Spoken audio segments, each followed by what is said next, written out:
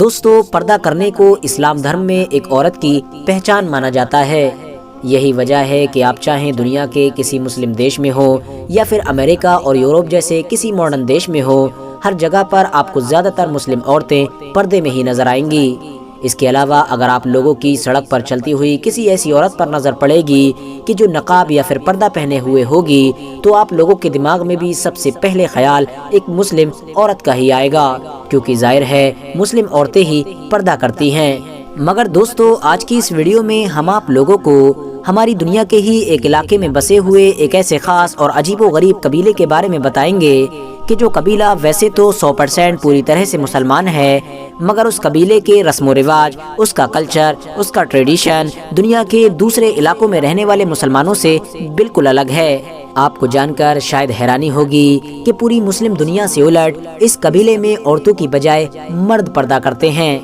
آج کے دور میں اس قبیلے کے لوگوں کی تعداد لگ بھگ 20 لاکھ کے قریب ہے، جو افریقہ کے کئی الگ الگ دیشوں میں آباد ہے۔ دراصل دوستو، اس قبیلے کو ٹوریک کے نام سے جانا جاتا ہے۔ اس قبیلے کے لوگ صحارا ریگستان کے پرانے واسی ہوا کرتے تھے۔ یہی وجہ ہے کہ آج کے دور میں بھی یہ لیبیا، مالی اور نائجیریا جیسے ان سبھی دیشوں میں آباد ہیں کہ جہاں پر صحارا ریگستان موجود ہے۔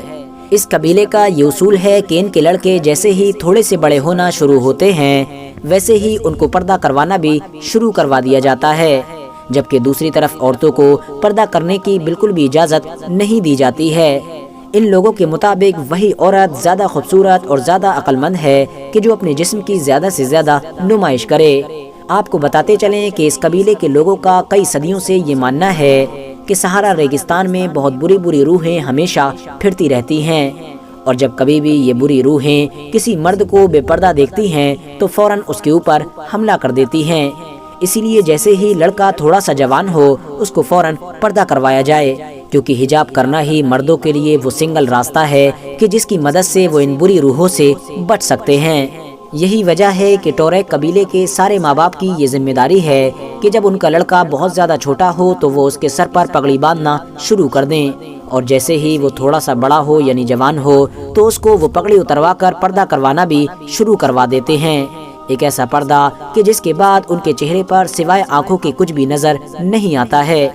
ٹوریک کے قبیلے کے آدمیوں کو یہ حجاب اپنے چہرے پر ہر وقت باندھنا ہوتا ہے، یہاں تک کہ جب وہ اپنے گھر پر بھی ہوتے ہیں تب بھی وہ اس حجاب کو پہنے رہتے ہیں۔ اس قبیلے میں جہاں ایک طرف لڑکوں کے لیے بچپن سے ہی پردہ کرنے اور گھر سے باہر نکلنے سے ریلیٹڈ بہت سارے سخت قانون موجود ہیں، تو وہیں دوسری طرف لڑکیوں کے لیے اس طرح کی کوئی بھی چیز موجود نہیں ہے۔ نہ ہی لڑکیوں کو بچپن سے اس طرح کی کوئی تعلیم دی جاتی ہے اور نہ ہی ان کو پردہ کروایا جاتا ہے، بلکہ اس کے علاوہ اگر کوئی مرد اپنے فیس پر حجاب نہ باندھے تو اس کو بدنامی کا سبب بھی مانا جاتا ہے۔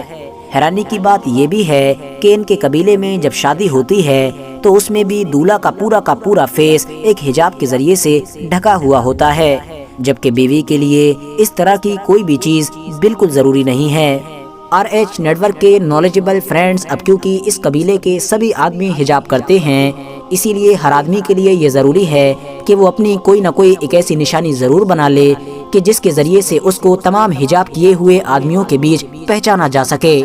اس قبیلے کی لڑکیاں شادی کے لیے بھی اسی لڑکے کو زیادہ پسند کرتی ہیں کہ جو زیادہ سے زیادہ پردہ کرتا ہے، جبکہ دوسری طرف لڑکے بھی اسی لڑکی کو ہی زیادہ پسند کرتے ہیں کہ جو کم سے کم لباس پہنتی ہے۔ آپ کی نالج کے لیے بتاتے چلیں کہ اس قبیلے کی لڑکیوں میں میوزک اور ڈانس کا چلن بھی بہت زیادہ ہے۔ اس کے علاوہ غلام بیچنے اور خریدنے کی وہ پرمپرا کہ جس کو ہمارے سماج میں نہ صرف بہت زیادہ برا مانا جاتا ہے بلکہ بہت پہلے ہی بند کیا جا چکا ہے، وہ پرمپرا بھی آج بھی ان کے قبیلے میں موجود ہے۔ آپ کو بتاتے چلیں کہ ان کے قبیلے میں آج بھی غلاموں کو بیچا اور خریدا جاتا ہے۔ دوستو، جس دور میں لیبیا کے علاقے پر غدافی کی حکومت ہوا کرتی تھی، اسی دور کو ہی اس قبیلے کا سنہرا دور بھی مانا جاتا ہے، یعنی اس قبیلے نے غدافی کے دور میں ہی سب سے زیادہ ترقی کی تھی، کیونکہ غدافی نے اپنے دور میں اپنے دیش کی فوج میں اس قبیلے کے زیادہ سے زیادہ لوگوں کو بھرتی کیا تھا، اور ان لوگوں نے بھی غدافی کو بالکل بھی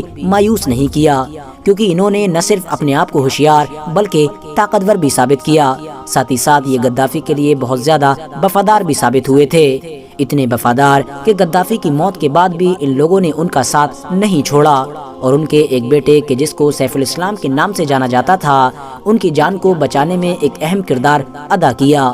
فی الحال دوستو، آج کی اپنی ویڈیو کو ہم یہیں پر ختم کرتے ہیں۔ ویڈیو پسند آنے پر نہ صرف ویڈیو کو لائک کریں بلکہ اپنے فرینڈز کے ساتھ بھی ضرور شیئر کریں، اور اسی طرح کی نالجبل اور ہسٹوریکل ویڈیوز ہمیشہ دیکھنے کے لیے ہمارے اس چینل کو سبسکرائب کر کے ساتھ ہی میں بیل آئیکن کو بھی پریس کر دیں۔